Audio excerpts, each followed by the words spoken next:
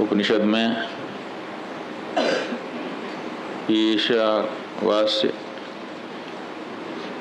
केनोपनिषद, कठोपनिषद, प्रश्नोपनिषद और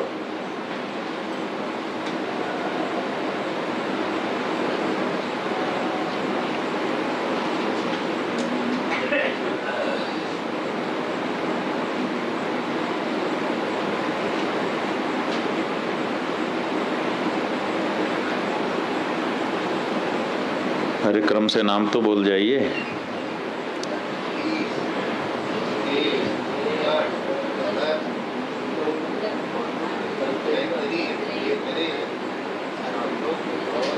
छांदोग्य तक आ गए। अब जो छांदोग्य उपनिषद उसमें पढ़ते पढ़ते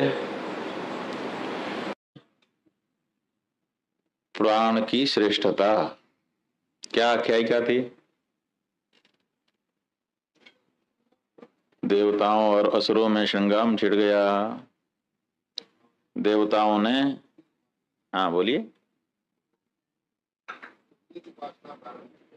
उद्गीत उपासना आरंभ कर दी इंद्रियों के माध्यम से। असुरों ने क्या किया? उसमें पाप मिला दिया, जिसके कारण इंद्रियां दूषित हो गईं। अब उनसे अच्छा और बुरा दोनों अनुभव होने लग गया, जबकि वो बनाई गई थी केवल अच्छे अनुभव के लिए।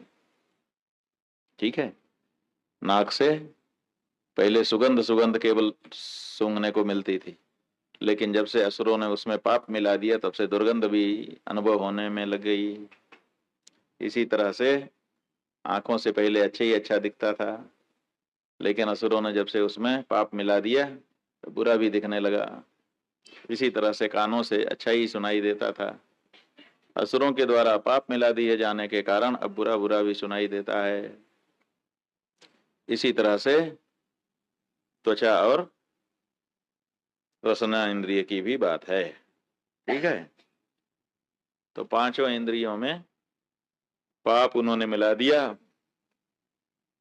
फिर मन से करने लगे तो मन में भी मिला दिया, तो इसलिए मन भी अच्छा और बुरा सोचने लगा। फिर उन्होंने प्राण को लिया, प्राण में भी मिलाने के लिए असुर चले।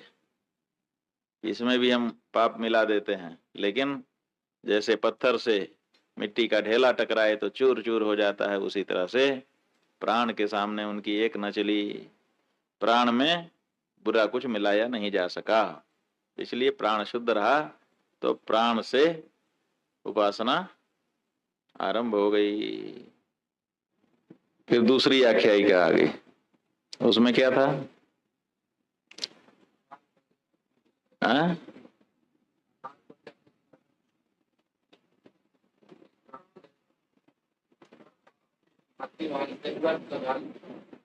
काहे कदम?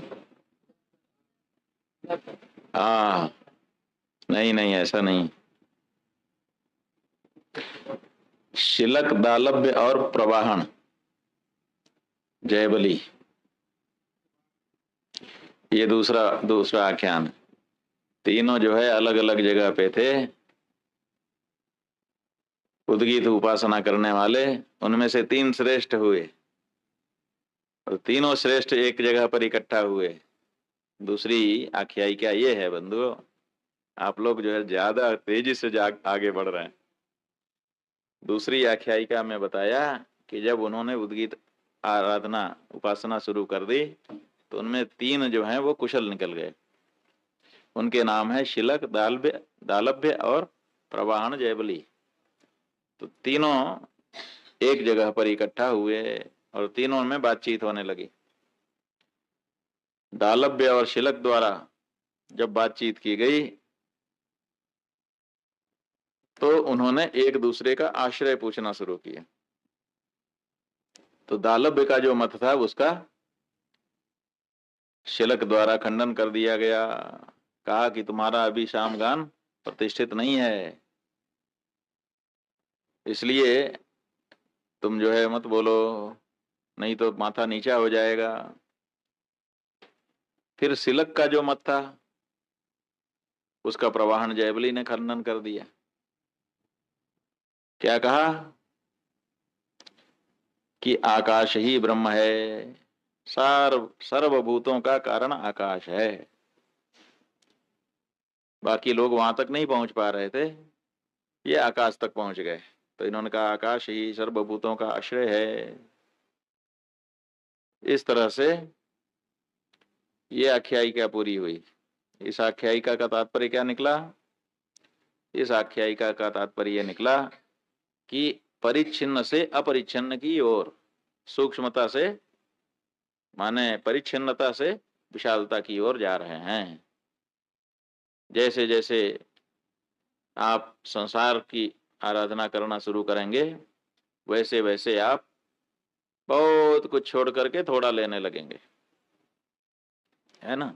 जैसे बहुत बड़ा खजाना हो, तो उस खजाने में आप जाएंगे और आपको कह दिया जाए कि आप खजाने में जा सकते हैं, लेकिन कोई कपड़ा पहन के नहीं जाएंगे और जितना मुट्ठी में आए उठा लीजिए, तो आप अंदर चले जाएंगे। अब कपड़ा तो है नहीं कि उसमें गठरी बांधें, जेब में ले जाएं, तो आप क्या करेंगे कि आपकी मुट्ठी में जितना आएगा उतना उठा लेंगे। तो जैसे ही आपने मुट्ठी में उठाया, वैसे ही बाकी सब छूट गया। जितना आपकी मुट्ठी में आया वो उतना आपका, और बाकी सब छूट गया, पराया हो गया, है ना। वही बात है कि एक महात्मा जी थे, चेलों को पढ़ाते लिखाते थे। चेले कहते थे गुरु जी, ये पढ़ाई लिखाई कभी कुछ हमको प्राप्त भी कराएगी कि बस पढ़ते ही लिखते रहेंगे? उन्होंने कहा कि अगर अच्छे से पढ़ोगे तो जरूर प्राप्ति होगी, प्राप्ति ना हो ऐसा हो ही नहीं सकता। तो चेले अच्छे से पढ़ने लगे। एक दिन गुरुजी ने कहा, शिष्यों, आज वो दिन आ गया, आज आपको प्राप्ति होगी। हम आपको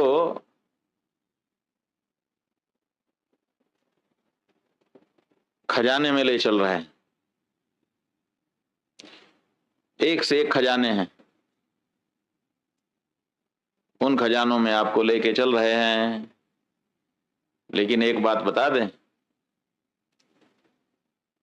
आप लोग कुछ उठाना नहीं, हाथ में कुछ लेना नहीं, देखने के लिए चल रहे हैं हम लोग। चेलों ने कहा, हाँ गुरुजी ठीक है, तो ले चले।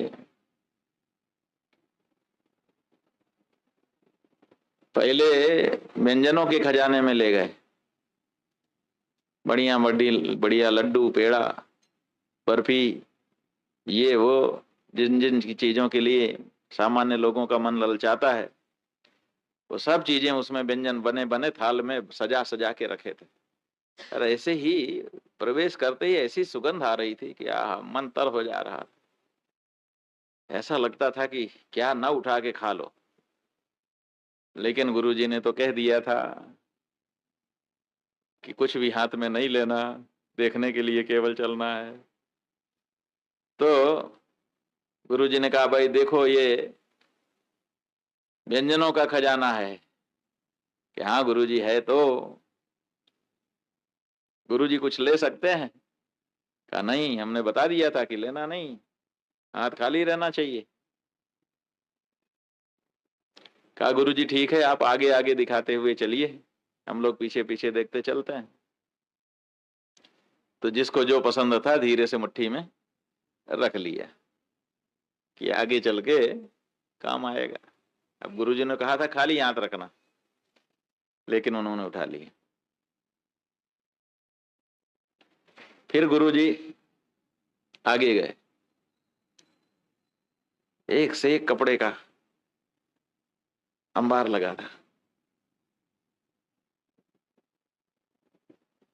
देख के ही लगता था कि ये वाला हम ले लें, लेकिन गुरुजी ने कहा था कुछ लेना नहीं। लेकिन कपड़ा देख करके ये मन में आया कि ये जो लड्डू पेड़ा है ये तो खाते ही से खत्म, कपड़ा अगर ले लें कई दिन चलेगा। तो धीरे से हाथ का लड्डू यूं फेंका और कपड़ा हाथ में ले लिया। गुरुजी ने कहा भाई देखो कुछ लेना नहीं, हाथ खाली रखना। लेकिन उन्होंने सोचा कि तो लड्डू पेड़ा तो फेंक दिया, लेकिन कपड़े ले लिए। गुरुजी आगे आगे चलिए, तो गुरुजी ने कहा ठीक है अब चलते हैं। तो गुरुजी ने चांदी के खजाने में प्रवेश किया, एक से एक चांदी के आभूषण, ऐसी नक्काशी, ऐसा सुंदर चमाचम। चेलों ने सोचा कि कपड़े से क्या होगा, धीरे से फेंका कोने में और चांदी के बर्तन उठा लिए एक एक। गुरुजी ने कहा भाई हमने बता दिया है किसी को कुछ लेना नहीं, खाली हाथ अपने को चलना है, पहले ही बताया हुआ है। कहा गुरुजी खाली ही हाथ है और क्या है, चलिए। गुरुजी बोले आगे चलते हैं। आगे एक सोने के खजाने में प्रवेश कर दिया। अब तो देखो तो पीला पीला रंग ऐसा चमक रहा था, देख के आंख हो, ये चांदी क्या है, किस चीज कहाँ की चीज है। धीरे से कोने में फेंका चांदी, सोना उठा लिया, किसी ने बिस्किट उठा लिया, किसी ने कुछ उठा लिया, किसी ने कुछ उठा लिया। गुरुजी ने कहा भाई खाली हाथ है ना। हाँ गुरुजी बिल्कुल खाली हाथ है, चलिए आगे आप। चेले प्रसन्न हो गए कि अब तो हमारे पास इतना सोना आ चुका है। अगले खजाने में ले गए। अगले खजाने में देखते क्या है कि रत्न भरे हैं। अरे कहा इतना रत्न है, ये सोना बेकार है रत्न के आगे। सोना तो किलो में तौला जाता है, ग्राम में तौला जाता है, और रत्न रत्ती में तौला जाता है, और उसकी कीमत ही अलग होती है। तो धीरे से सोना भी फेंक दिए, अब रत्न उठा लिए। रत्न उठा करके चले, फिर उसमें से और कीमती रत्न और कीमती रत्न और कीमती रत्न करते करते माणिक के खजाने में पहुंच गए। क्या क्या माणिक, लाल लाल एकदम। चेले तो मस्त हो गए, पुराना फेंका और माणिक के हाथ में उठा लिया। और उसके बाद गुरुजी ने कहा भाई और आगे चलते हैं। चेलों ने कहा हाँ गुरुजी है, चलिए बिल्कुल सही है। अब चेले वहां गए। गुरुजी ने कहा भाई देखो अब यहाँ पर बड़ा खजाना नहीं है, यहाँ पे ये पेटी रखी है, इसी में जो कुछ है सो है। चेलों ने पूछा गुरुजी क्या है। बोले सामने ऐसे खड़े हो जाओ। सामने खड़ा कर दिया, पेटी खोल दिया, उसमें कुछ पत्थर रखे थे। गुरुजी ने कहा ये पारस के पत्थर हैं, जिसके पास होते हैं वो जिस चीज को चाहे सोना बना दे, बनाता ही चला जाए। चेलों ने कहा कि ये बढ़िया है, ये रत्न भी खत्म हो जाएंगे, अगर ये पारस पत्थर अपने पास हो तो क्या बात है। गुरुजी ये पारस पत्थर हमें नहीं मिल सकता। बोले बेटा हम पारस पत्थर ही दिलाने के लिए तुमको यहाँ लेके आए थे, बिल्कुल एक एक करके सबको मिलेगा। हाथ आगे करो। अब जैसे ही हाथ आगे किया तो देखा उसमें तो रत्न भरे। बोले अरे पीछे हट जाओ, तुमको कहा था ना कि खाली हाथ आना। बोले गुरुजी हमको लोभ आ गया, लालच आ गया। बोले लालची लोगों को पारस नहीं मिलता, हटाओ पीछे जाओ। दूसरे को कहा तुम, कहा गुरुजी हमारे हाथ में भी है। तीसरा बोला गुरुजी ले तो हमने भी लिया है। किसी चेले की मुट्ठी खाली नहीं थी। गुरुजी ने माथे पे हाथ रख लिया कि हाय इतना पढ़ाया लिखाया, तुमको योग्य बनाया, और आज पारस पत्थर देने के लिए तुमको हम लेके आए और तुम जो है फालतू चीजों को उठा के हाथ में रख लिए। ये पत्थर उसी को मिल सकता था जिसका हाथ खाली हो। क्योंकि तुम लोगों का किसी का हाथ खाली नहीं था, इसीलिए ये पत्थर तुम लोगों को मिल नहीं सकता है। तो बेचारे वंचित रह गए। वंचित रहने के बाद उन्होंने सोचा कि ये जो रत्न हम लिए हैं वो तो कम से कम हमारे साथ चला जाए। गुरुजी ने कहा ये भी नहीं जाएगा, क्योंकि आपको खाली हाथ रहने के लिए कहा गया था। आपने जब इसको चोरी से ले लिया है, इसलिए ये जब्त होगा और आप लोगों को चोरी के अपराध में जेल में डाला जाएगा। तो बेचारे जेल में चले गए। अब आप बताइए, पूरी कहानी आपको हमने बता दी। इस कहानी में क्या सीखने को मिला? जो चेले थे, अगर वो लोभ में न पड़ते तो उनको पारस पत्थर मिल जाता। जिंदगी में आनंद ही आनंद था। पारस पत्थर ऐसा है कि कोई उसकी आवृत्ति तो है नहीं कि इतनी बार में खत्म होगा। वो तो जब तक रहता तब तक जो चाहिए देता ही रहता। इसका मतलब अनंत आनंद उनको मिल ही गया था। लेकिन छोटे से लोभ लालच ने उनको वंचित कर दिया। इसी तरह से ये गुरु महाराज कोई नहीं है, यही वेदांत गुरु है। और चेला और कोई नहीं है, अपन लोग ही चेला हैं।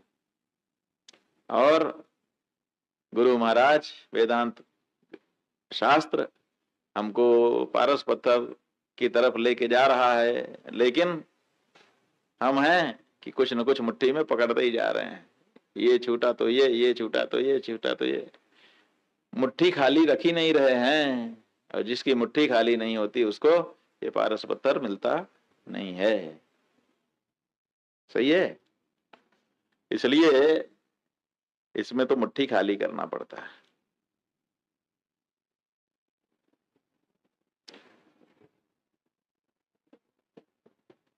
छोटी छोटी चीजें हमने हाथ में पकड़ रखी हैं, और छोटी छोटी चीजों के हाथ में पकड़ रखने के कारण जो बहुत बड़ी चीज है वो छूट रही है। यही इस आख्यायिका में बताया गया कि जब अध्यात्म की ओर आप आगे चलोगे तो धीरे धीरे धीरे विशालता आती चली जाएगी, और जब संसार की ओर चलोगे तो धीरे धीरे नैरोनेस, संकीर्णता होती चली जाएगी। जो गृहस्थ है वो सबको अपना नहीं मान सकता। जो सन्यासी है, अध्यात्म पथ का पथिक है, वो जितना गृहस्थ अपने बेटे और अपनी पत्नी को, अपनी बेटी को प्यार करता है, उतना ही प्यार सबको कर सकता है। लेकिन जो गृहस्थ है वो अपने भाई के लड़के को भी उतना प्यार नहीं कर सकता जितना अपने लड़के को करता है। दूर की तो बात ही छोड़ दो, भाई का लड़का भी पराया हो जाता है। वही कहानी है कि दो भाई थे, बड़ा प्यार स्नेह परस्पर था। एक दिन एक भाई बाजार गया था और दूसरा भाई घर पे था, और दोनों के एक एक बच्चे थे। तो जब बाजार से आते थे, तो बड़े लोग आज भी आते हैं तो कुछ न कुछ बच्चों के लिए लेते आते हैं ताकि बच्चे के हाथ में कुछ रख दें। तो वहां से आम खरीद करके भाई ले आया। अब समस्या ये थी कि जब तराजू में तौला तो एक आम छोटा चढ़ गया, एक बड़ा चढ़ गया, और उतना ही खरीद पाया। एक आम छोटा था और एक बड़ा था। और जैसे ही वो घर पे आया तो दोनों बच्चे दौड़े, एक अपना और एक भाई वाला। चाचा जी आ गए, चाचा जी आ गए, ऐसा भाई का लड़का बोलने लगा। पिताजी आ गए, पिताजी आ गए, ऐसा अपना बेटा बोलते हुए दौड़े। उसने दोनों आम झोले से निकाला और यूं बढ़ाया। लेकिन क्या हुआ कि बच्चे आ रहे थे, ऐसे किया उसने, तब तक बच्चे पहुंचे, लेकिन छोटा वाला आम जिधर था उधर तो अपना बच्चा आ गया, बड़ा वाला आम जिधर था उधर तो भाई का बच्चा आ गया। तो ऐन मौके पर उस भाई ने ऐसे कर दिया, लो, माने जिधर अपना बेटा था उधर बड़ा आम कर दिया। पहले सहज में निकला था बड़ा छोटा, अपने वाले को छोटा मिल जाता, भाई वाले को बड़ा मिल जाता, क्या फर्क था, बच्चे ही तो थे। लेकिन उसने यूं कर दिया और अपने वाले को बड़ा पकड़ा दिया, भाई को छोटा पकड़ा दिया। वो बड़ा भाई जो है ऊपर अटारी में खड़ा हुआ देख रहा था। जैसे भाई घर में आया उसने कहा, भैया हमारा अलग कर दो, अब हम आपके साथ नहीं रहेंगे। बोला, क्यों नहीं रहेंगे, हमारे आपके बीच में क्या दिक्कत है, सब तो अच्छा है। बोले, ना अब हम रहेंगे ही नहीं, अब तो आज शाम का भोजन भी हम अलग ही बनाएंगे, आपके साथ खा नहीं सकते। कहा, भाई इतनी बड़ी समस्या, क्या हो गया। बोले, बहुत बड़ी समस्या हो गई। अलग कर लिया। अलग जब हो गए तब वो दूसरा भाई पूछने लगा कि आखिर बात क्या हुई, वो तो बता दो, अलग तो चलो कर दिया तुम्हारी जिद पर। बोला, बात ये हो गई कि आप में, आपकी दृष्टि में अपना और पराया दिखने लगा। आपका अपना लड़का अपना था और मेरा लड़का पराया हो गया, इसीलिए आपने छोटा वाला आम उसकी तरफ कर दिया और बड़ा अपने वाले बच्चे की तरफ कर दिया। इससे हमको पता चल गया कि आपकी दृष्टि में अपना पराया आ गया, इसीलिए अब हम साथ नहीं रह सकते। समझे कि नहीं, क्या समझे, समझे ये कि गृहस्थ जो है वो सबको अपना नहीं मान सकता, सबसे उतना प्यार नहीं कर सकता, सबके ऊपर उतना भरोसा नहीं कर सकता, उसके लिए बहुत सीमित दायरा हो जाता है। जिसको अपना मानता है उसको अपना मानता है, बाकी सबको पराया मान लेता है। जबकि एक सन्यासी, उसकी दृष्टि अलग होती है, वो सबसे उतना ही प्यार करता है जितना किसी से करता है। इसलिए समझना मुश्किल हो जाता है कि किससे कितना प्यार करता है, किसको कितना चाहता है। अधिकतर लोगों का, जो अच्छे सन्यासी हैं, उनके पास जाने वालों का अनुभव यही होता है, आपस में अगर बैठेंगे तो यही कहेंगे कि सबसे ज्यादा हमको मानते हैं, दूसरा कहेगा नहीं सबसे ज्यादा हमको मानते हैं, तीसरा कहेगा नहीं हमको मानते हैं। सबका अनुभव यही होगा। इसलिए विशालता अध्यात्म से आती है और भौतिकता से सूक्ष्मता आती है। इसलिए विशाल बुद्धि होना है तो आपको अध्यात्म का अध्ययन करना चाहिए।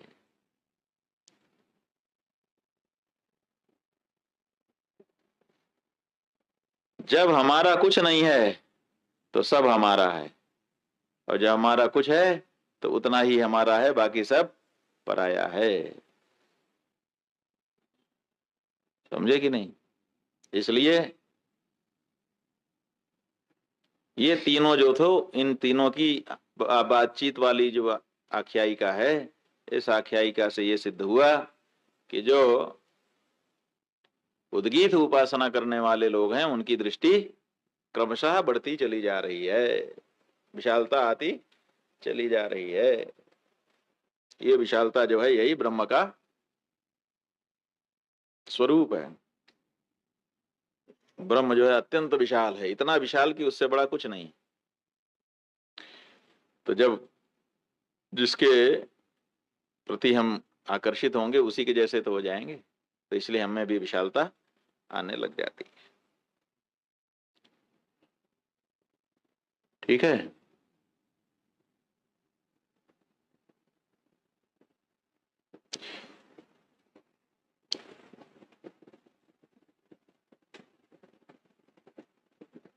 इसके बाद उषस्थि चाक्रायण की कथा आ गई, वही जो आप लोग उच्छिष्ट खाने का बता रहे थे। अकाल पड़ गया, सब लोग मरने लगे। उषस्थि चाक्रायण ने, जो चक्र का बेटा था उषस्थि, उसने अपनी पत्नी को साथ लिया और अपने देश से निकल करके दूसरे देश में चला गया। उस देश में जाकर के एक महावतों का गांव था, महावतों गांव में पहुंच गया। एक महावत बैठ करके चना खा रहा था, मूंग। वही मांगने लगा कि यही खाने के लिए दे दीजिए। महावत ने कहा, महाराज आप तो पंडित लगते हैं, विद्वान लगते हैं, अब हमारे पास इतनी ही मूंग है जो हम खा रहे हैं, उड़द मूंग जो कहो, इतना ही है, वही हम खा रहे हैं, और हमारे खाने से ये जूठी हो चुकी है, तो हम कैसे आपको दे दें। कहा, इस समय प्राण की बाजी लगी हुई है, इस समय जूठा मीठा नहीं दो। तो वो उड़द जो बची थी उसको दे दिया। पत्नी ने और उस हस्ती ने, दोनों ने खाया। वो जो महावत था उसने देखा कि बड़ी तेजी से खा रहे हैं, बड़े भूखे हैं, तो प्यासे भी होंगे, तो उसने अपना जूठा गिलास जो था उसमें पानी भरा था वही आगे कर दिया कि लो पानी भी पी लो। तो उस हस्ती कहने लगा, नहीं पानी नहीं पिएंगे। बोले क्यों नहीं पिएंगे? बोले ये जूठा है, हम जूठा पानी कैसे पिए। वो महावत कहने लगा कि महाराज अभी उड़द हमारा जूठा खा रहे हो, उसको खाने में आपको दिक्कत नहीं है, पानी पीने में जूठा हो रहा है। बोले उड़द जब मैंने खाया तब मेरे प्राण खतरे में थे, प्राणों की रक्षा के लिए मैंने जूठे का विचार नहीं किया, खा लिया। लेकिन अब उड़द खा लेने से थोड़े प्राण हमारे सुरक्षित हो गए हैं, अब हम पानी खोज करके शुद्ध पी सकते हैं, इसलिए अब नहीं हम जूठा पिएंगे। पहली आख्यायिका में जो बात ये आई, इससे क्या सीखने को मिला कि प्राणों की रक्षा परम आवश्यक होती है। अगर ऐसी स्थिति अपने जीवन में कभी आ जाए कि प्राण ही जाने वाले हैं, तो उस समय नियमों को शिथिल किया जा सकता है प्राण रक्षा के लिए। लेकिन जैसे ही प्राण फिर रक्षित हो जाएं, उसके बाद फिर से अपने नियमों को दृढ़ता के साथ पालन करना शुरू कर देना चाहिए। ठीक है, ये आप लोगों ने देखा।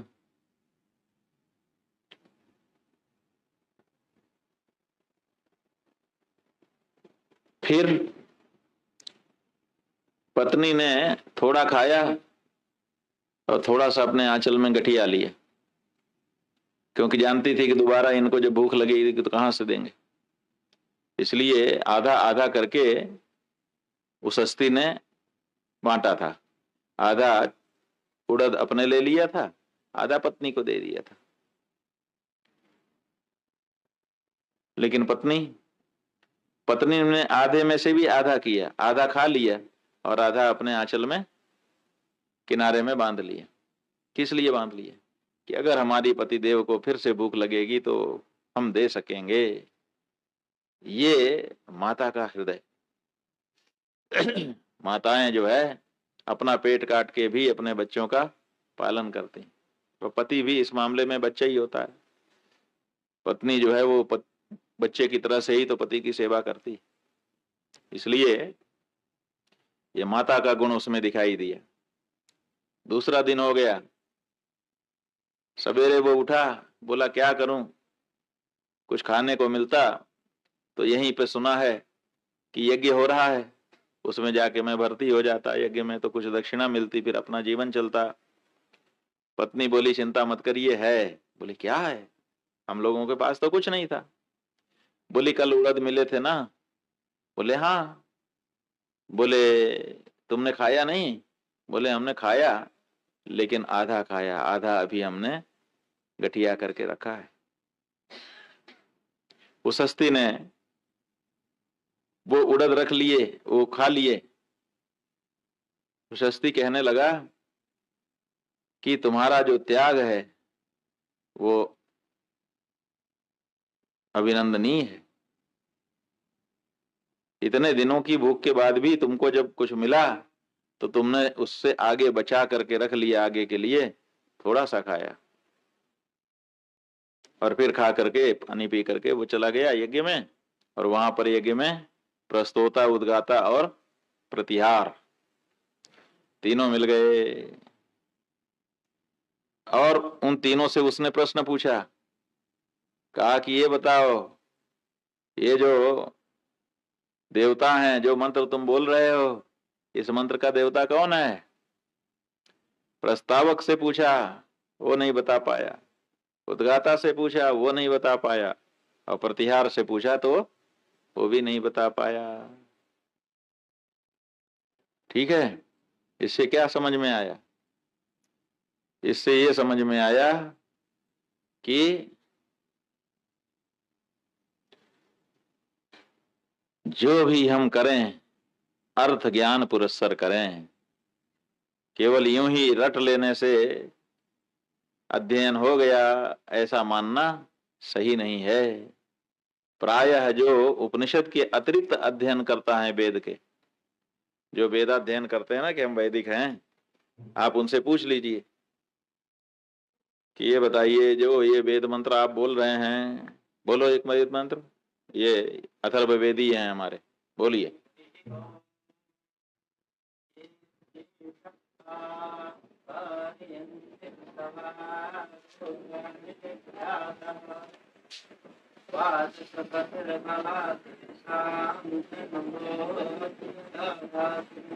बस ये देखिए, एक मंत्र इन्होंने अथर्ववेद का बोल दिया। अब इसका अर्थ बताइए, क्या बोला आपने? कुछ नहीं। ये समस्या है। वेद पढ़ रहे हैं लेकिन क्या बोल रहे हैं खुद ही को नहीं पता है। घंटों घंटों बोल रहे हैं, बड़ा सम्मान भी हो रहा है, लेकिन न सुनने वाला जान रहा है कि क्या बोल रहे हैं, न पढ़ने वाला जान रहा है कि क्या बोल रहे हैं। सही है कि नहीं?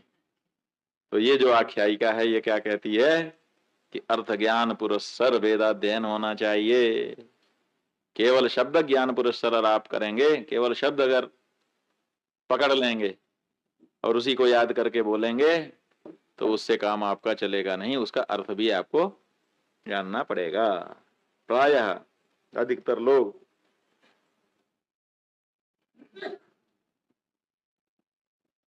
शब्द ही पकड़ के बैठे हैं, अर्थ से उनकी कोई भेंट नहीं है। ठीक है, बिना अर्थ जाने किए गया जो अनुष्ठान है वो खतरे का ही कारण बनता है। इस तरह से तीसरी आख्यायिका पूरी हुई। चौथी जो आख्यायिका है वो शव शुव, कुत्ते के द्वारा सामगान की बात है।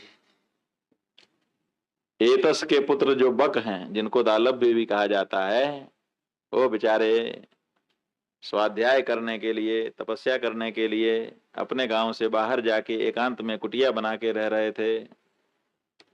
एक दिन उनको बड़ा आश्चर्यजनक दृश्य दिखाई दिया। जब वो कुटिया में बैठ के आराधना कर रहे थे तो उन्होंने देखा कि कुटिया के बाहर एक कुत्ता आके खड़ा हो गया। सफेद सफेद रंग का कुत्ता था। अभी वो ज्यादा ध्यान देते तब तक उन्होंने देखा कि छोटे छोटे पिल्ले उस कुत्ते के आसपास आकर के खड़े हो गए। और फिर क्या कहते हैं? कुत्ते कहते हैं आप हमारे लिए सामगान करिए, हम बहुत भूखे हैं, आप सामगान करेंगे तो हमको अन्न मिलेगा। कुत्ता मना नहीं करता, ये नहीं कहता कि मैं तो कुत्ता हूं, मैं कैसे वेद पढ़ूंगा। कहता कल आओ इसी समय सब लोग इकट्ठा हो। अब पूरा दिन बेचारा इसी तरह से रहता है, यही सोचता रहता है कुत्ता कैसे वेद पढ़ेगा। लेकिन दूसरे दिन प्रातः काल सारे कुत्ते इकट्ठे हो गए, वो बड़ा कुत्ता भी और छोटे छोटे जो पिल्ले आए थे वो भी। दालभ्य ने बड़े आश्चर्य से देखा ये क्या हो रहा है। और वो लोग जैसे बहिष्पवमान सूक्त को पढ़ते समय सारे सामवेदी एक दूसरे से हाथ बांध लेते हैं और मंडल बना के बैठते हैं गोला, उसी तरह से कुत्ते भी एक दूसरे की पूंछ मुंह में पकड़ के बैठ गए गोला बना के, माने जैसे बहिष्पवमान पढ़ रहे हो।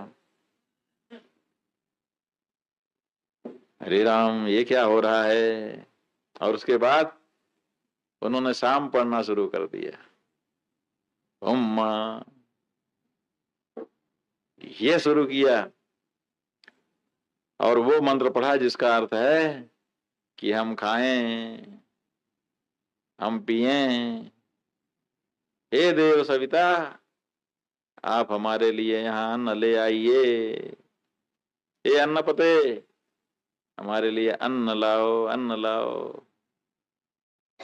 ये शाम पढ़ना शुरू कर दिया।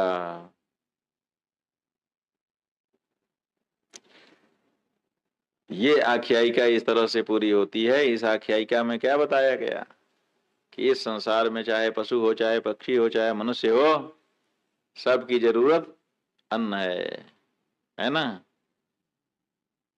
प्राण जो है वो अन्न के साथ जुड़ा हुआ है। अगर अन्न होगा तो प्राण होगा, और अन्न नहीं रहेगा तो प्राण भी नहीं रहेगा। प्राणों को जो सामर्थ्य मिलती है वो अन्न से मिलती है। एक बात समझ में आई, सबको अन्न की जरूरत है, इसलिए अन्न की निंदा नहीं करनी चाहिए, अन्न का अपमान नहीं करना चाहिए।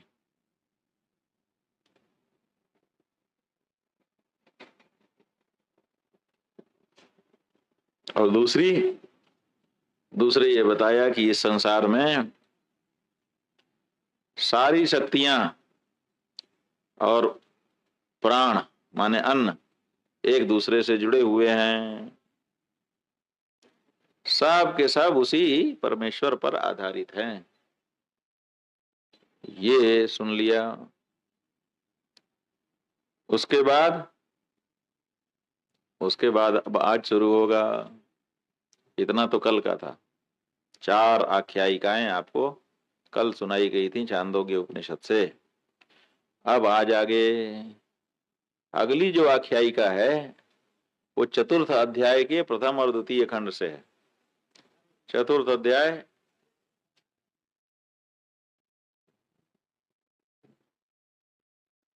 खोल लीजिए।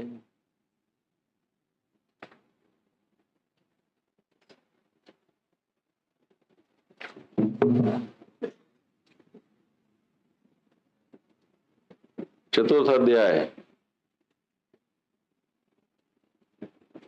प्रथम द्वितीय खंड।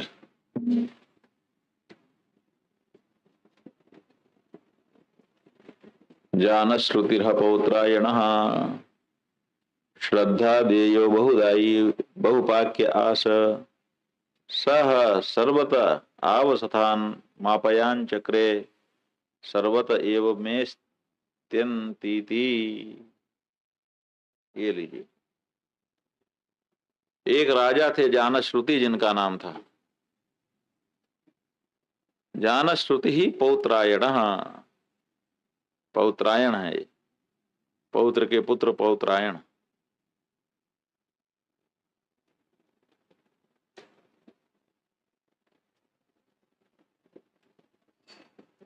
राजा जानश्रुति पौत्रायण बड़े अच्छे राजा थे, उदार थे, श्रद्धालु थे, दानशील थे। ये क्या करते थे, अन्न का महात्म्य समझते थे कि अन्न के बिना लोगों को बड़ी दिक्कत होती है, इसीलिए सदावर्त अपने यहाँ चलवाते थे। सदावर्त का मतलब कि हर समय जहाँ पे अन्न मिल जाए। इन्होंने खोल रखा था, जो जाता था उसको वहां पे तत्काल अन्न मिल जाता था।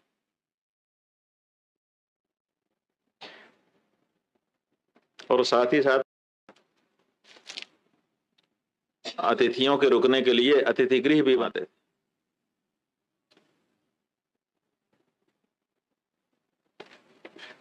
ये आध्यात्मिक माहौल है। आध्यात्मिकता जहां होगी वहां आपको खाने और रुकने की समस्या नहीं होगी। इसलिए जहां आश्रम बनते हैं 2 चीज तो जरूर ही बनती। खाने के लिए आपको भोजन मिल जाएगा, जहां भी धार्मिक जगह होगी। हमारे सिखों के यहाँ, उनके यहाँ लंगर चलता रहता है। आओ छको, पेट भर के खाओ। राह चलते लोगों से जहां लंगर लगा देते हैं, राह चलते लोगों से प्रार्थना करते हैं कि आइए खा के जाइए, आइए खा के जाइए, आइए खा के जाइए। लोगों को रोक रोक के खिलाते हैं। क्या है ये? अन्न के महात्म्य का निरूपण है।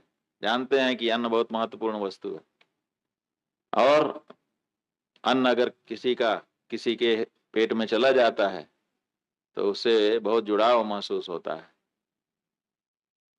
जिसका कोई खा लेगा ना, उससे उसका मानसिक जुड़ाव बन जाता है। इसीलिए भी जरूरी है कि ज्यादा से ज्यादा लोग को खिलाया जाए। तो उन्होंने इसी को सबसे बड़ा सेवा का कार्य इसी को मान लिया है। यही उनकी आराधना है। दो आराधना सिखों में प्रमुख है, उसके बाद बाकी सब है। गुरु ग्रंथ साहिब पढ़ना भी बाद में है। पहला क्या है कि गुरु महाराज के दरबार में साफ सफाई। गुरु महाराज का दरबार गंदा नहीं होना चाहिए। क्यों? क्योंकि स्वच्छता जहाँ रहती है वहीं फिर पवित्रता भी आती है। इसलिए स्वच्छता और पवित्रता जो है ये अध्यात्म की जरूरी वस्तुएं हैं। इसीलिए यहाँ के साधु सन्यासी दिन में 3 बार काहे नहाते हैं? क्यों जो है इधर उधर नहीं छुआते हैं? क्योंकि उनको पवित्र रहना है, शुद्ध रहना है। तो शुद्धता और पवित्रता, ये अध्यात्म की शुरुआत यहीं से होती है। तो सबसे पहले तो गुरु महाराज का दरबार साफ रहना चाहिए, और वहीं गुरु महाराज के दरबार में साफ सफाई करने से अपने घर में भी साफ सफाई रखने का उनका संस्कार बन जाता है। तो फिर वो साफ सफाई पसंद बन जाते हैं। और दूसरे, लंगर सेवा। लंगर के लिए सामान दो। लंगर में सेवा, अगर सामान नहीं दे सकते हो तो आके खुद बनाने, बर्तन मांजने, इसमें उसमें लग जाओ, सेवा दो। अगर वो भी नहीं कर सकते हो तो परोस दो। अगर परोस नहीं सकते हो तो कम से कम खा ही लो। ठीक है ना? ये नियम है, इसलिए उनके यहाँ लंगर चलता ही रहता है। हम लोगों के यहाँ भी लंगर जैसी व्यवस्था तो नहीं है, लेकिन भगवान अन्नपूर्णा माता की कृपा से भोजन तो सबको दिया ही जाता है। कोई भी आए तो उसको अनाउंसमेंट तो ज्योतिर्मयानंद जी करते ही रहते हैं कि सबको खा के ही जाना है। अभी तक कितने लोग खा चुके?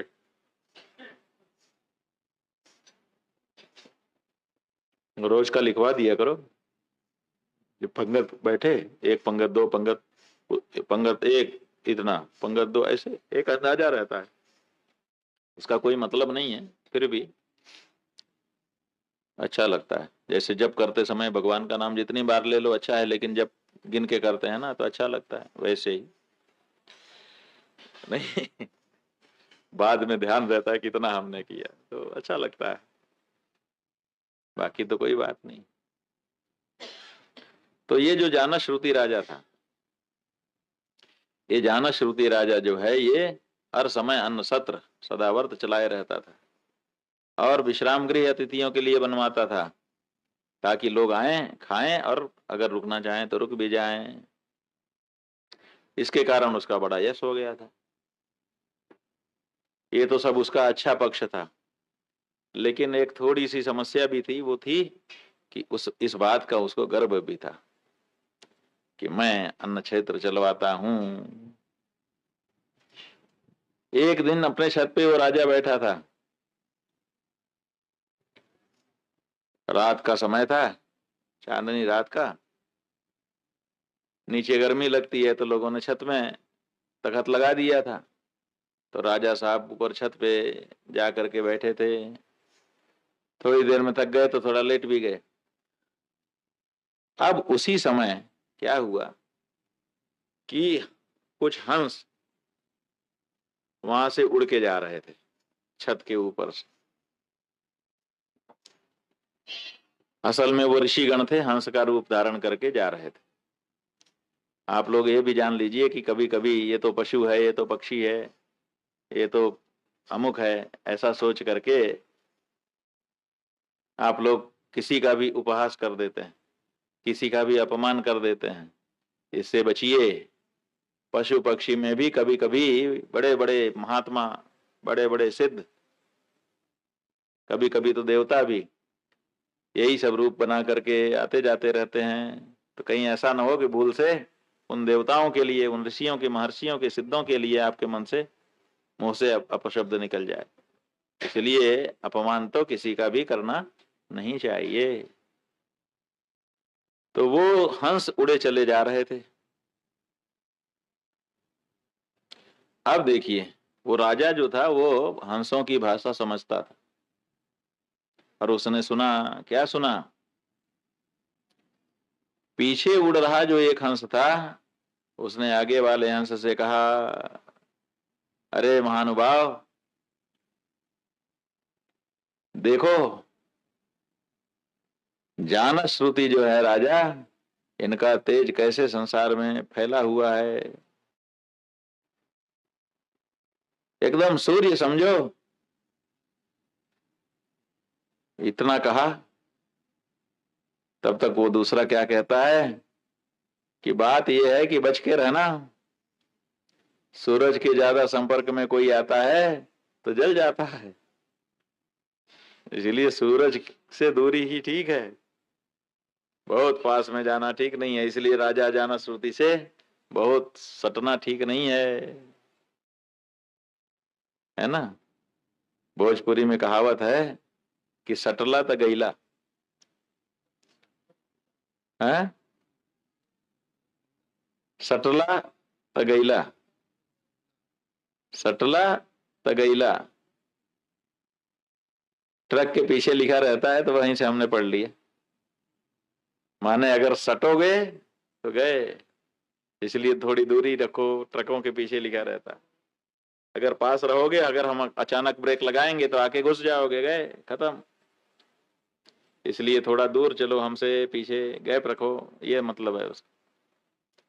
तो ऐसी चीजों से जो ज्यादा सटता है नष्ट हो जाता है। इसीलिए नीति के श्लोक में बताया गया कि किससे सटना चाहिए, किससे नहीं सटना चाहिए। समीपस्थे विनाशाय, समीपस्थो विनाशाय, दूरस्थो न फलप्रदः, सेव्यताम मध्य भागेन राजा वन्य गुरु स्त्रिय। ये चार चीजें बताई। राजा, वन्य माने आग, गुरु माने आपको अध्यात्म की शिक्षा देने वाला, और स्त्रिय पत्नी। भारतीय संस्कृति में और स्त्री के पास तो कोई जाता नहीं, पत्नी ही। अब ये बताया कि ये जो चार हैं, अगर इनके बहुत पास जाओगे तो भी उल्टा हो जाएगा, और अगर इनसे बहुत दूर जाओगे तो भी मामला गड़बड़ हो जाएगा। इसलिए इन चारों का सेवन मध्य भाग से करना चाहिए, माने न ज्यादा दूर रहे न ज्यादा पास जाए। कौन कौन? राजा, राजा के बहुत पास भी नहीं जाना चाहिए और बहुत दूर भी नहीं जाना चाहिए। बहुत दूर रहेंगे आपको पहचानेगा ही नहीं, कोई काम नहीं हो पाएगा आपका। और बहुत पास रहेंगे तो पता नहीं चले किस समय गुस्सा हो जाए और बस्तर के जंगल में ले जाके पटक दे कि जाओ अब वहां काम करना, तब क्या होगा। बन्नी, आग, बहुत दूर रहोगे तो आंच ही नहीं लगेगी, और बहुत पास चले जाओगे तो जल जाओगे। इसलिए मध्य मार्ग से। गुरु, बहुत पास जाओगे तो क्या होगा? हो सकता है कोई मानवोचित दोष हो गुरु जी में, तो बहुत पास जाने से वो दिखने लगे, और उसको देखेंगे तो गुरु के प्रति अश्रद्धा हो जाएगी। अश्रद्धा हो जाएगी तो तुम्हारा अध्यात्म बेकार हो जाएगा। इसलिए बहुत पास नहीं जाना चाहिए, और बहुत दूर फिर तो पढ़ ही नहीं पाएंगे। इसलिए मध्य मार्ग में। और स्त्रियां भी, इनका सेवन बहुत ज्यादा पास में जाके करेंगे तो ये भी घातक हैं, और बहुत दूर करेंगे तो कोई फल नहीं है। इसलिए मध्य भाग से इनका सेवन करना चाहिए, माने न बहुत पास न बहुत दूर। तो राजा जान श्रुति, बड़े प्रतापी हैं, लेकिन सूर्य की तरह से तप रहे हैं, उनके बहुत पास न जाना,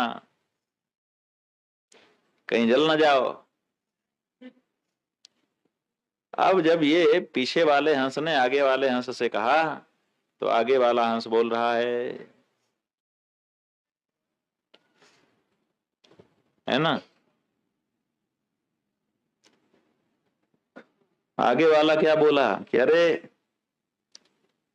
कहाँ तुलना कर रहे हो, वो जो गाड़ी वाला रैक वो है, जो बैलगाड़ी हाँकता है, गरीब है, ये राजा है, और वो रैक वो बहुत गरीब है। लेकिन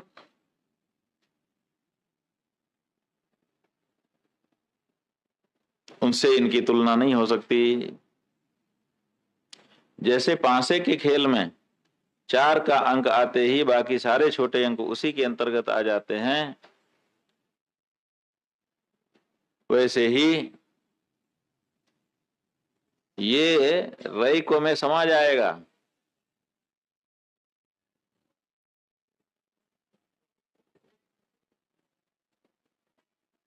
माने मत करो, तुलना मत करो।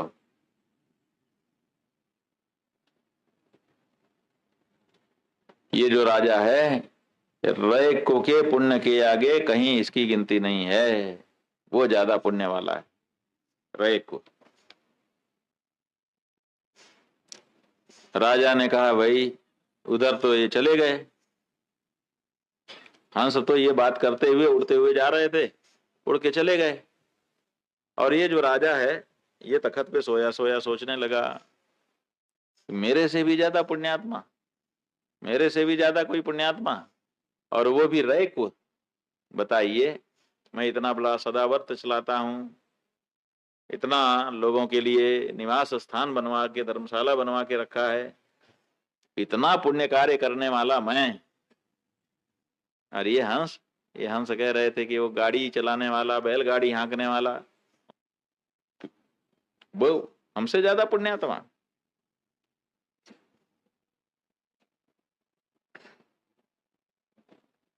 सवेरा होते ही उन्होंने कहा भाई हमारे राज्य में रैको कौन है, जरा उसका पता करो। तो दोपहर होते होते तक खोज हो गई। कहा साहब अमुक गांव में एक गाड़ी वाला है, उसी का नाम रैको है। राजा ने कहा कि हम उसके पास चलेंगे, पालकी सजाई जाए। तो पालकी में बैठ करके राजा उस गांव में गया जहां पर रैको रहता था। देखता क्या है कि गांव के बाहर ही एक गाड़ी, बैलगाड़ी खड़ी है, और उसी बैलगाड़ी के नीचे एक आदमी बैठा हुआ है और अपना शरीर खुजला रहा है, खुजली कर रहा है। जो लोग ठीक से नहाते धोते नहीं हैं, उन्हीं को खुजली होती है। जो ठीक से नहाया धोया रहेगा उसको खुजली नहीं होती। इसलिए आपके शरीर में खुजली, ये समझ जाओ कि कुछ गड़बड़ी है, सफाई की कमी है। जिसके साफ सफाई रहती है शरीर में, उसके खुजली नहीं होती पहले दिन। और जिसके खुजली ने जड़ जमा लिया, त्वचा पे दिखने लग गई खुजली, तब तो समझो कि बहुत ही गड़बड़ है मामला। इसलिए तत्काल इलाज करो। खुजली ठीक नहीं है, तो वो खुजली कर रहा था, अपना शरीर खुजला रहा था, कभी इधर कभी इधर। इसका मतलब इसका मतलब कि वो उतने साफ सफाई से नहीं रह पाता था।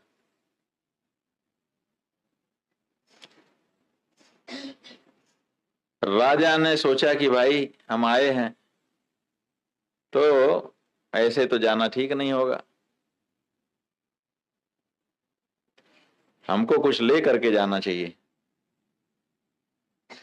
है ना। तो 600 गायें, एक सोने का हार और एक रथ, इतना सामान लेकर के राजा रैको के पास पहुंच गया और कहने लगा महाराज हमने सुना है कि आप बड़े ज्ञानी हैं, ऐसा करिए हमको ज्ञान दे दीजिए, ये सब उपहार स्वीकार कीजिए और हमें ज्ञान दीजिए।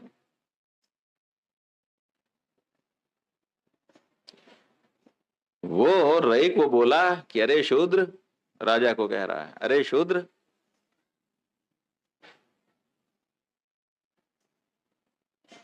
शूद्र कौन है? ये जो रैक है ये राजा को शूद्र कह के पुकार रहा है। शूद्र कौन है? सोचा अभिद्रवती शूद्र।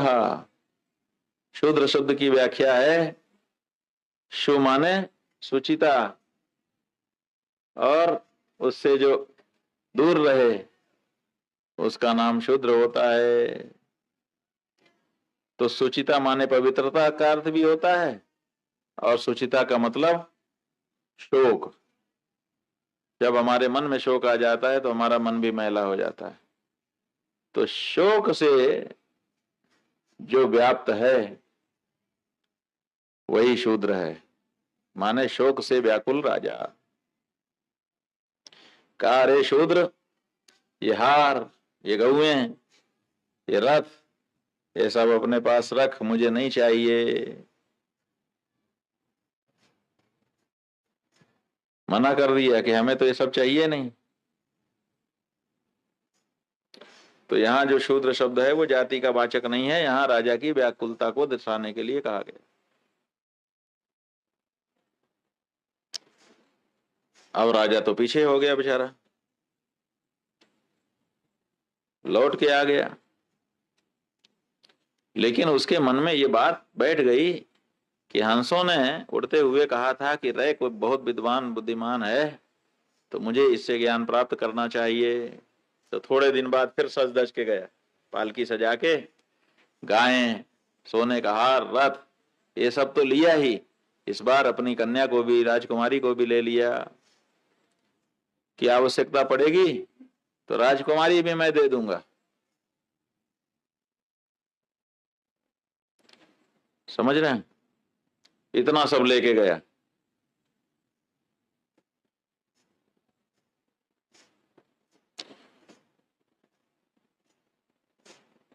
अब रैको ने देखा कि राजा में श्रद्धा है, एक बार इसको लौटा दिया था फिर भी आया, और आपके पास अपनी कन्या को भी लेकर के आया है। कोई कन्या इसे नहीं किसी को दे देता है। तो समझा कि ये बड़े श्रद्धालु हैं।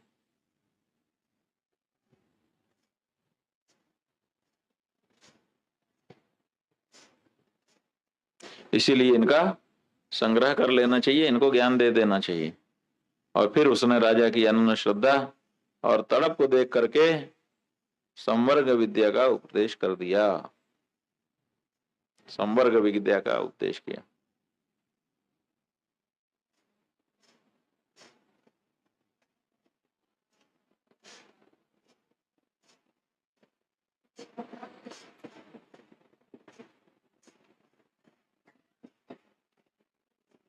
ठीक है, पहली बार वापस कर दिया, दूसरी बार स्वीकार कर लिया, और स्वीकार करके उनको संवर्ग विद्या बताया। ये जो संवर्ग विद्या है ये क्या है?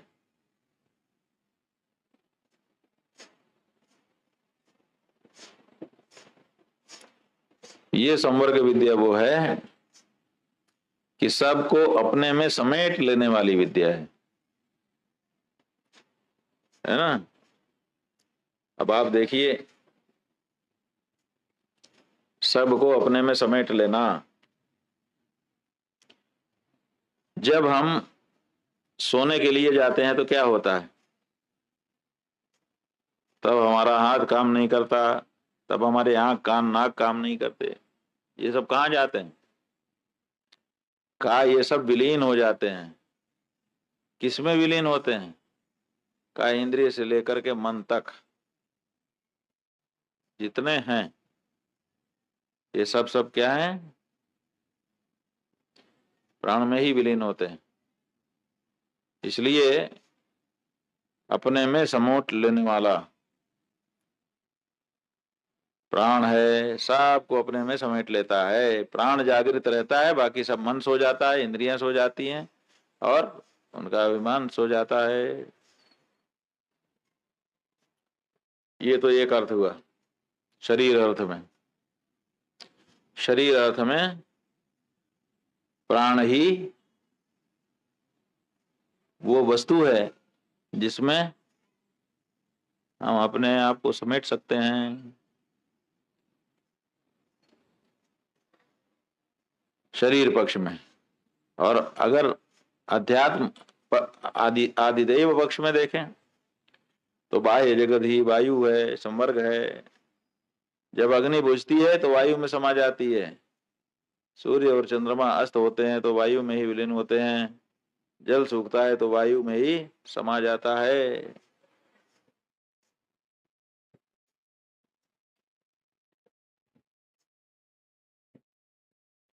इससे क्या निकला? हाँ, इससे ये निकला पहली बात कि धन का जो गर्व है वो नहीं करना चाहिए, क्योंकि राजा के पास धन था, लेकिन जैसे ही आपने बताया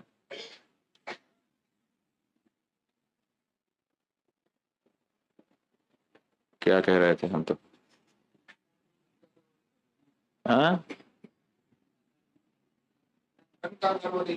हाँ, सबसे पहले आख्यायिका में क्या बताया गया कि राजा प्रवाहन जो है वो धर्मात्मा तो था, लेकिन उसको अपने राज और धर्म पे गर्व था।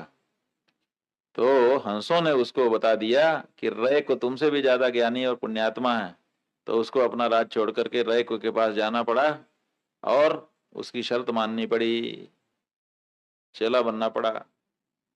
धन जो है वो छोटा हो गया और ज्ञान बड़ा हो गया, इसलिए धन के आगे ज्ञान बड़ा है। ठीक है। और दूसरी बात यह है कि ज्ञान के लिए बहुत बड़े कॉलेज में ही हम जाएं, जहाँ बहुत बड़ा गेट बना हो, बहुत बड़े मकान बने हो, राजमहल जैसा वातावरण हो। राजमहल में ही ज्ञान रहता है ऐसा जरूरी नहीं है, क्योंकि राजा ज्ञान लेने के लिए पहले तख्त पर था।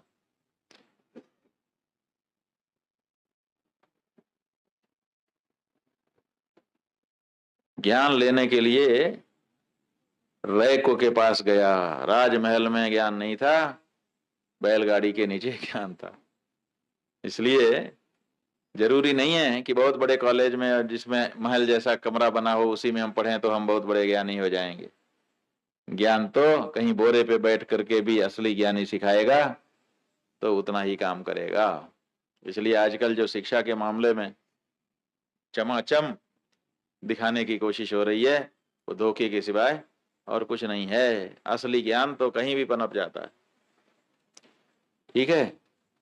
पहली बात कि धन जो है वो ज्ञान से छोटा है, ज्ञान जो है धन से बड़ा है।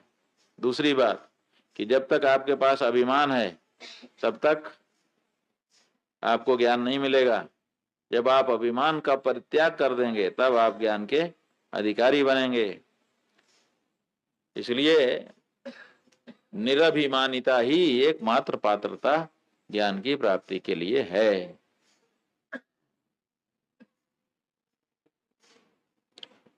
ये इससे पता चला। पांचवा आख्यान हो गया। छठवां आख्यान सुन लीजिए। ये जो संवर्ग विद्या है, अपने में समेटने की कला,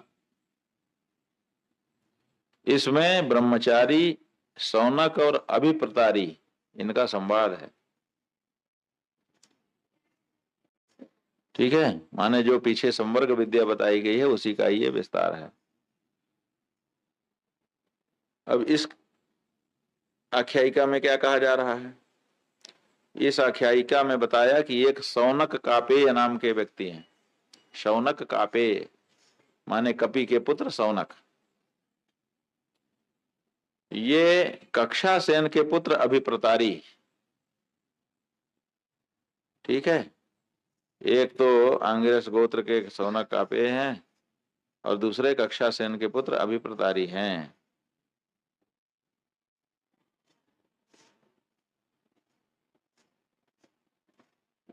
शौनक कापेय और कक्षासेन के पुत्र अभिप्रतारी,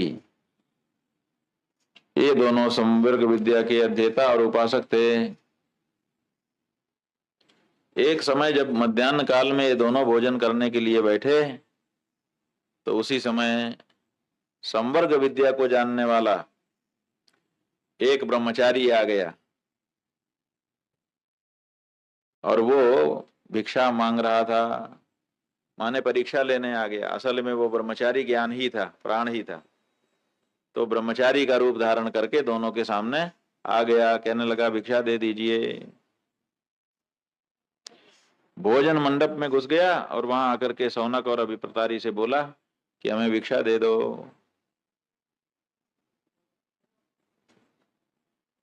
अब भिक्षा उनको देनी चाहिए थी, लेकिन उन्होंने देखा कि ब्रह्मचारी है तो इसकी परीक्षा हो जानी चाहिए, तो उसको कुछ नहीं बोले, सुन करके चुप रह गए। माने एक तरह से भिक्षा देने से मना ही कर दिया, ताकि परीक्षा हो उसकी कि वो क्या बोलता है। जब ब्रह्मचारी को भिक्षा नहीं मिली तो ब्रह्मचारी ने एक श्लोक पहेली कही। कौन सी पहेली कही? निकालो भाई, चतुर्थ अध्याय का तृतीय कांड।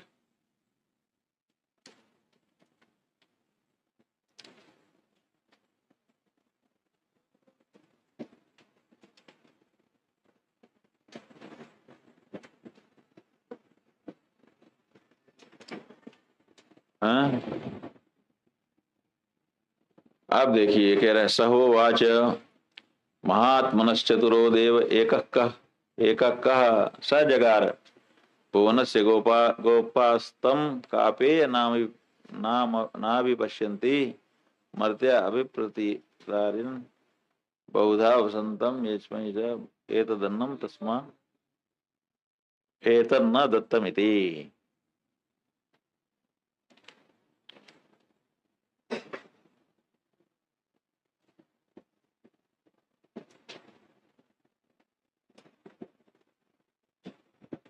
स होवाच महात्मनः चतुरो देव, एक ऐसा देवता है, एकः, जो चार देवताओं को, चार पुरुषों को निगल जाता है, और वही जगत का रक्षक है। आप लोग बोलो,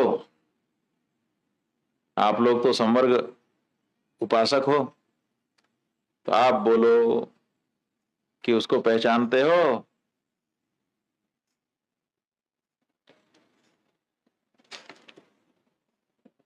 एक देवता है जो चार देवताओं को खा जाता है।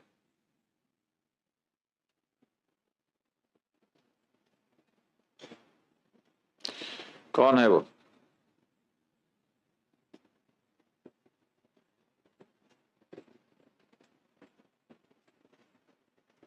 कौन है?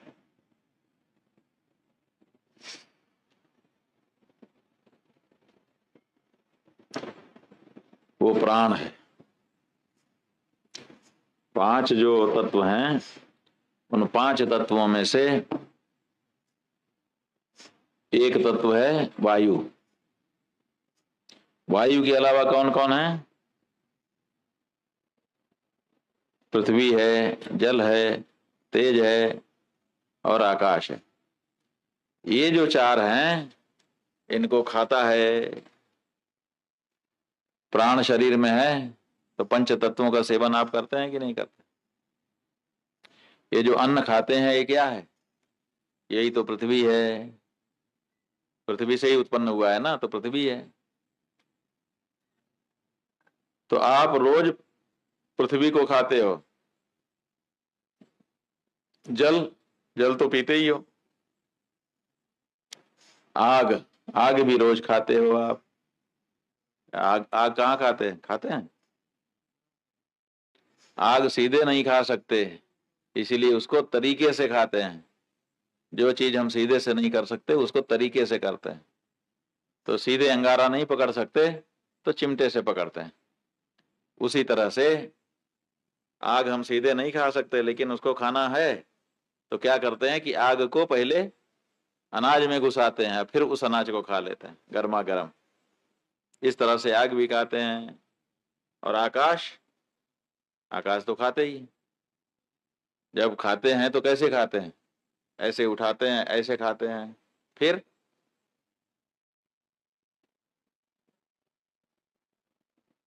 फिर इसका मतलब क्या हुआ? इसका मतलब हुआ कि गैप देते हैं। वो गैप देना ही तो आकाश है, और नहीं तो पाइप लगा के पानी की धार की तरह से डाल देते।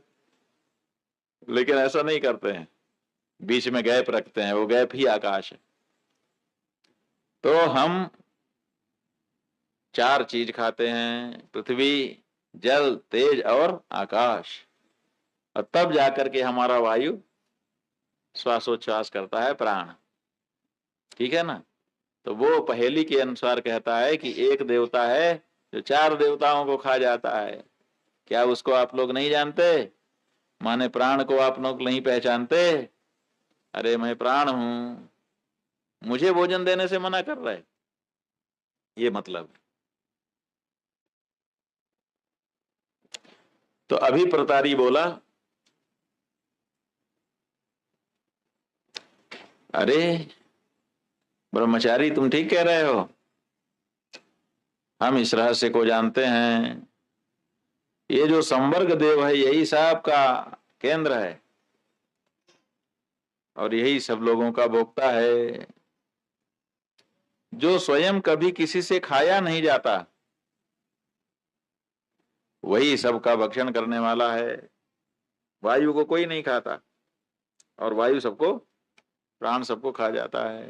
प्राण को कोई नहीं खाता। बस उसी के तो हम लोग उपासक हैं। आइए आइए आप भी बैठिए, ऐसा कह करके अपने सेवकों को आदेश किया कि लाओ भाई, इनको भी भिक्षा कराओ, इनको भी भोजन दो। तो फिर वो प्राण भी बैठ के खाने लगा। इतनी आख्यायिका है। इस आख्यायिका में क्या निकला? इस आख्यायिका में ये निकला कि संसार में जितनी भोग्य वस्तु है सब प्राणों के द्वारा भोगी जा रही है। प्राण ही सब चीजों का भोग कर रहा है। और दूसरे दूसरे क्या निकला? माने ये जो छांदोग्य उपनिषद है, इस उपनिषद की विशेषता ये है कि ये व्यवहार भी सिखाता है और परमार्थ भी सिखाता है।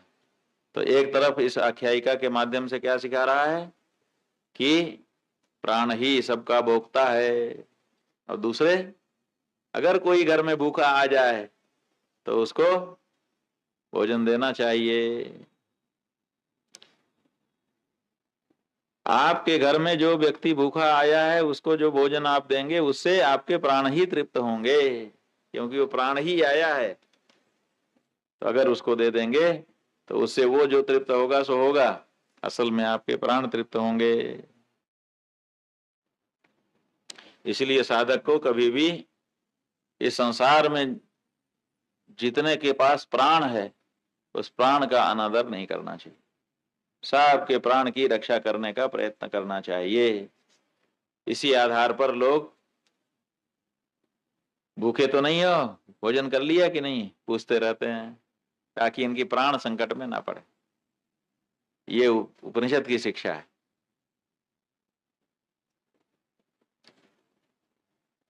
नहीं समझे? हाँ, प्राण ही भोग रहा है। एक तो प्राण ही भोगता है, और प्राण का कोई भोगता नहीं है। प्राण सबका भोगता है, पहली बात। और दूसरी बात, घर में आए अतिथि को भोजन कराना चाहिए ताकि हमारे प्राण पुष्ट हों। ठीक है? इस तरह से ये आख्यायिका पूरी हुई। अब 6 हो गई। अब 7वीं आख्यायिका कहती है सत्यकाम जाबाल के बारे में। अधिकतर लोग जानते ही हो आप लोग। एक लड़का था, उसका नाम था सत्यकाम। वो अपनी माँ के साथ रहता था। थोड़ा सा जब बड़ा हुआ तो बगल में, उसके घर के बगल में गुरुकुल था।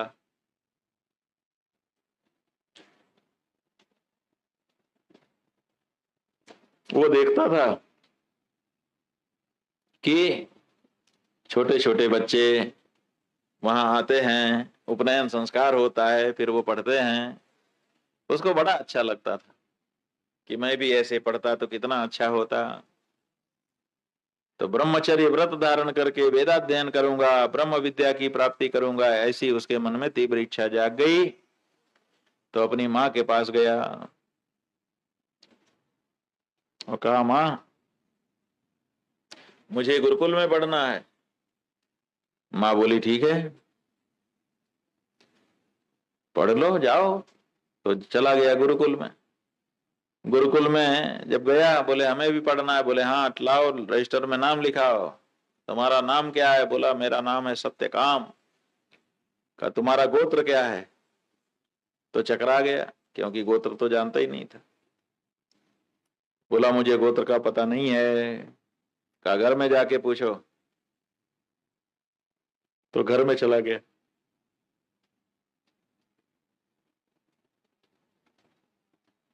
घर में उसके पिता थे नहीं, माता थी। तो माँ से पूछा, माँ मेरा गोत्र बता, मेरे आचार्य पूछ रहे हैं, ताकि मैं उनको जा करके अपना गोत्र बचा सकूं। अब वो जो माता थी, किंग गोत्रोन्वहमस्मीति, वो कह रही है, सा हैनम उवाच ना हमें तद वेद तात यद गोत्रस्तोमसी। बेटा तुम किस गोत्र वाले हो ये तो मैं जानती नहीं। और फिर जो कहती है बहुत महत्वपूर्ण है, कहती है बहुवहम चरंती परिचारिणी यौवने त्वामलभे सा हमें तन्न वेद यद गोत्रस्तोमसी। जबाला तु नामाहम अस्मि सत्य कामो नाम त्वमसि स सत्य काम एव जाबालो ब्रवीथा इति। ठीक है, जबाला कहती है कि मैं तुम्हारा गोत्र नहीं जानती बेटा। क्यों नहीं जानती? भगवान शंकराचार्य जी लिख रहे हैं, बहुभर्तृगृहे परिचर्या जातमातिथ्य मभ्यागतादि चरन्ते हम परिचारिणी परिचरन्ती परिचरण सीवैलैव हम परिचरण चित्ततया गोत्रादि स्मरणे मम मनो नाभूत। बेटा जब मैं ब्याह करके आई तो तेरे पिता के घर में एक के बाद एक पीढ़ी लगी रहती थी। कभी यज्ञ हो रहा है, कभी अतिथि आ रहे हैं, कभी इनके लिए खिलाओ, इनको पहले सुलाओ। इस तरह से बड़ा व्यस्त जीवन मेरा रहा। तो मैं तो परिचारिणी बन के रह गई, सेवा में ही रह गई। इसलिए गोत्र क्या है, प्रवर क्या है, ये सब जानने में मेरे पास टाइम ही नहीं मुझे मिला, इसलिए मैं नहीं जानती हूँ। और यौवन काल में ही तू मिल गया मुझे। यौवन काल का मतलब है कि जवानी में। तो जवानी में आदमी को ज्यादा ये सब फिक्र नहीं रहती है कि कौन क्या है कौन नहीं है। ये तो बाद में जब जैसे जैसे प्रौढ़ होने लगता है तो एक एक चीज की याद आती है कि ये कैसा है, ये कैसा है, ये कैसा है। जवानी में तो ठीक है, विवाह हुआ, बच्चा हुआ, उनको क्या मतलब कि क्या गोत्र है, क्या प्रवर है, क्या ये है। बाद में ये सब ध्यान आता है। तो बोली कि मैं तो उस समय युवती थी, इसलिए जानती नहीं हूं। और मेरा नाम जबाला है और तेरा नाम सत्यकाम है, इतना मैं जानती हूँ, इससे ज्यादा नहीं जानती हूँ। जाके आचार्य से बोल दे कि मैं सत्यकाम जबाला का बेटा। ऐसा सुन करके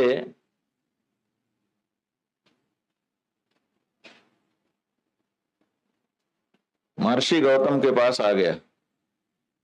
आदिद्रुमत गौतम इनका नाम है, आचार्य का।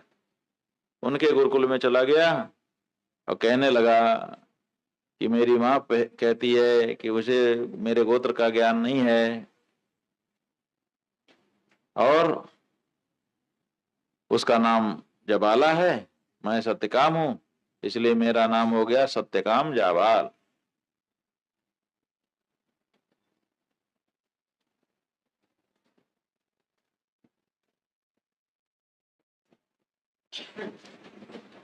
तो ये जो साफ साफ बात उसने कह दी। कहते हैं कि गौतम ऋषि जो थे वो बड़े प्रसन्न हो गए इस बात से कि अपना गोत्र न बता पाना कई लोगों को बड़े संकोच में डाल देता है, लेकिन ये जो लड़का है ये संकोच नहीं कर रहा है, साफ साफ बता रहा है कि मेरी माता को मेरे पिता के गोत्र का पता नहीं है। इतना स्पष्ट तो ब्राह्मण ही बोल सकता है ना।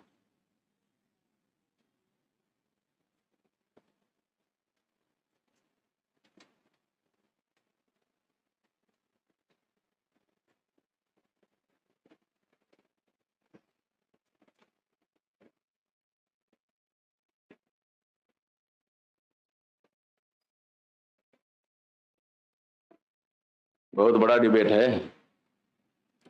लोग इसी में कहते हैं कि वो ब्राह्मण नहीं था, उसके सत्य बोलने से गौतम ने उसको ब्राह्मण मान लिया।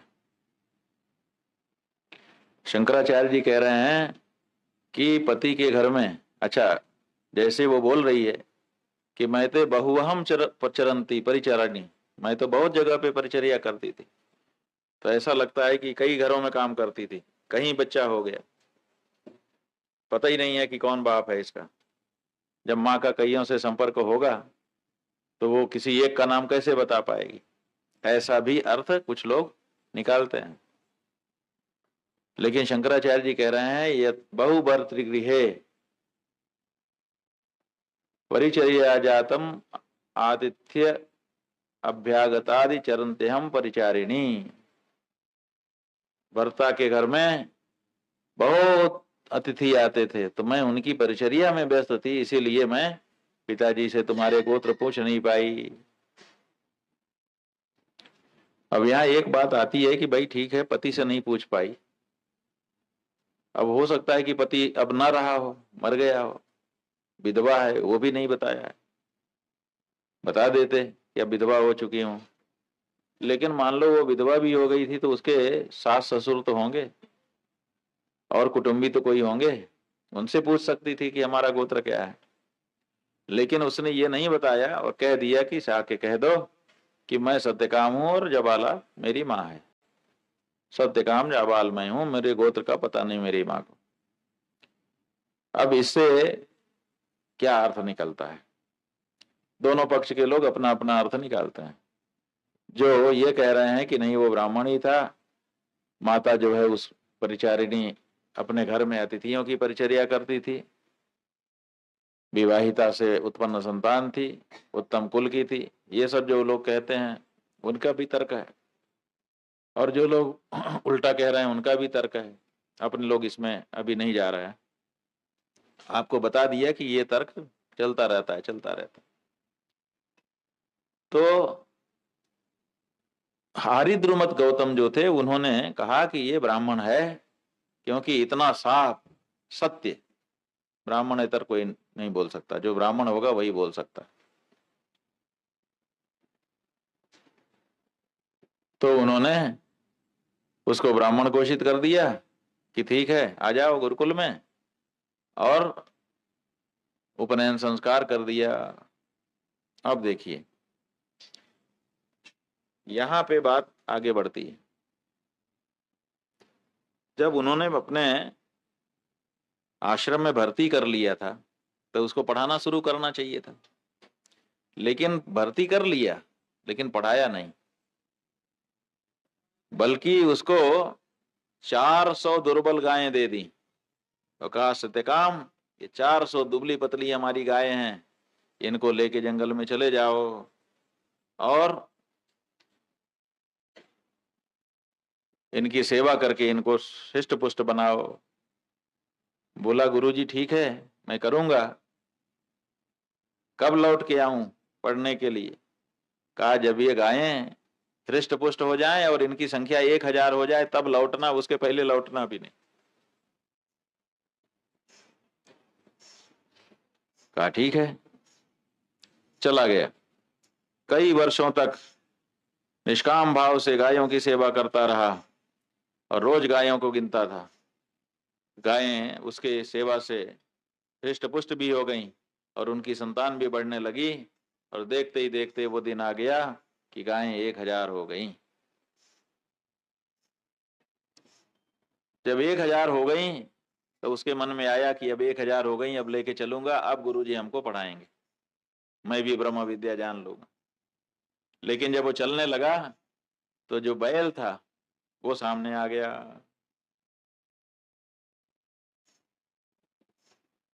और उसने प्रकाशवान नाम से ब्रह्म का उपदेश किया कि ब्रह्म जो है वो प्रकाशवान है, प्रकाश ही ब्रह्म है। उत्तर दक्षिण पूर्व पश्चिम चारों दिशाओं में जो प्रकाश फैलता है,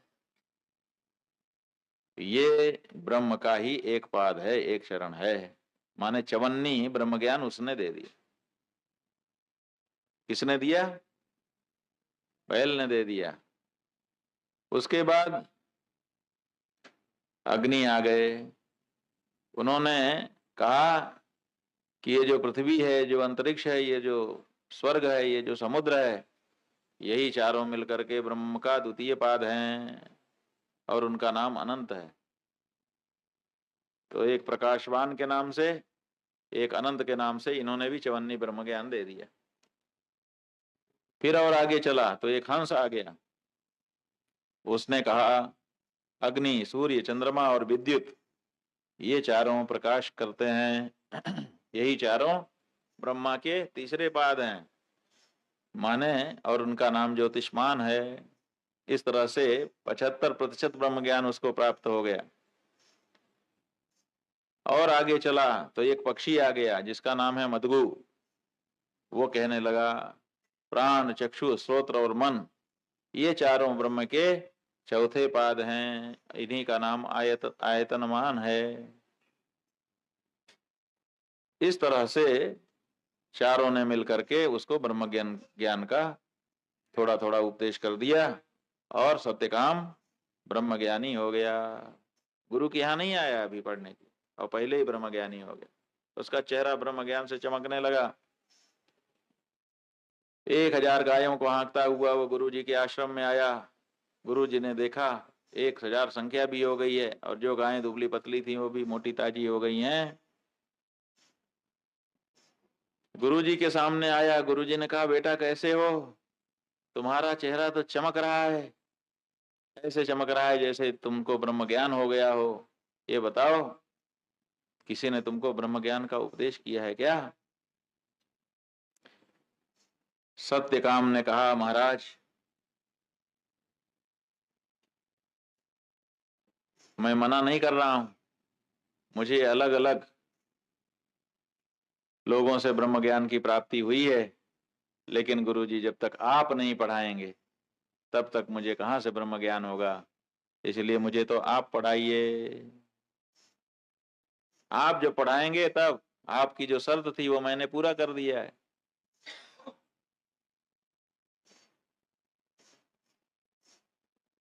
आचार्य ने कहा कि तुमने शर्त भी पूरी की है और हमारे मन को प्रसन्न भी किया है, आओ अब हम तुमको ब्रह्म ज्ञान का उपदेश करते हैं। इस तरह से गुरु जी ने भी सत्यकाम को ज्ञान का उपदेश कर दिया। समझे? पूरी कहानी समझ गए? आख्यायिका ये है कि सत्यकाम नाम का एक बालक था। जबाला उसकी माता थी। बच्चे के मन में गुरुकुल में पढ़ने की इच्छा जागी। गुरुकुल में ब्राह्मणों की ही भर्ती होती थी। वो भी चला गया। उसने कहा हमें भर्ती कर दो। गुरुजी ने कहा तुम्हारा गोत्र बताओ। जानता नहीं था तो लौट के अपने माँ के पास गया। माँ से पूछा माँ मेरा गोत्र क्या है? उसकी माँ ने कहा, बेटा तू तो जवानी में ही मेरे पैदा हो गया था, मैं तो तेरा गोत्र जानती नहीं है। जा गुरुजी से कह दे कि तेरा नाम सत्यकाम है और मेरा नाम जबाला है, तू जबाला का पुत्र है, जाबाल। तो वो बच्चा जैसे के तैसे ही, उसने ये नहीं सोचा कि जब हम ऐसा गुरुजी को बताएंगे तो गुरुजी क्या सोचेंगे कि ये बताओ कैसी माँ है कि अपने बाप, इसके बाप का नाम और गोत्र नहीं पता उसको। बाप का नाम पता होता तो बाप का नाम भी तो बता देती। तो बाप का नाम नहीं बताया, गोत्र भी नहीं बताया, तो ना तो नाम पता है ना तो गोत्र पता है। तो वो जाके जैसा का तैसा ही बोल गए। गौतम हरिद्रुमत ने कहा कि इतना सच अपने उत्पत्ति के बारे में दूसरा कोई नहीं बोल सकता, ब्राह्मण ही बोल सकता है, इसलिए ये ब्राह्मण है, मैं इसको प्रवेश लेता हूं। प्रवेश ले ली। लेकिन अनुमान होता है कि गुरु जी ने तो उसको ब्राह्मण मान लिया, लेकिन चेलों ने नहीं माना होगा। तो चेलों ने ऐतराज किया होगा कि इसको नहीं पढ़ाना है, तो फिर उनको झुकना पड़ा। लेकिन चूंकि स्वीकार कर लिया था, इसीलिए गायें दे दी उसको, जाओ। और उनको पता था कि गौ माता की सेवा से ब्रह्म ज्ञान की प्राप्ति होती है। अगर ये मनोयोग से गौ माता की सेवा करेगा और गौ दूध को पिएगा तो निश्चित रूप से इसको ब्रह्म ज्ञान हो जाएगा। और हो ही गया, कोई कुछ नहीं कर पाया, है ना। इससे क्या पता चलता है कि वंश की तुलना में सत्यनिष्ठा और निश्चलता ही चरित्र है, ये होना चाहिए। और सच्चा चरित्र ही ब्रह्म विद्या प्राप्त करने का द्वार बनती है।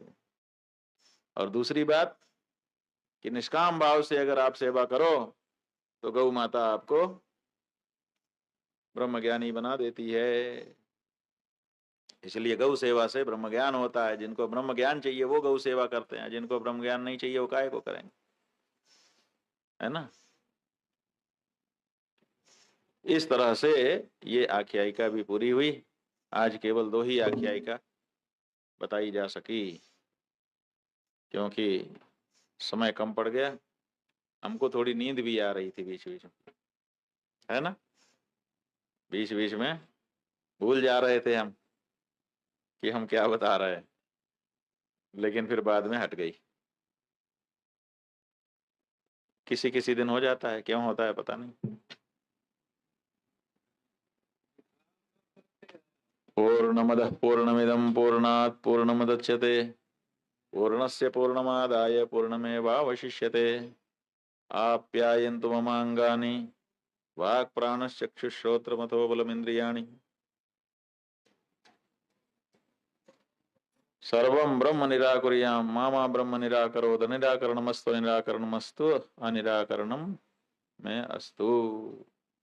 शांति शांति शांति।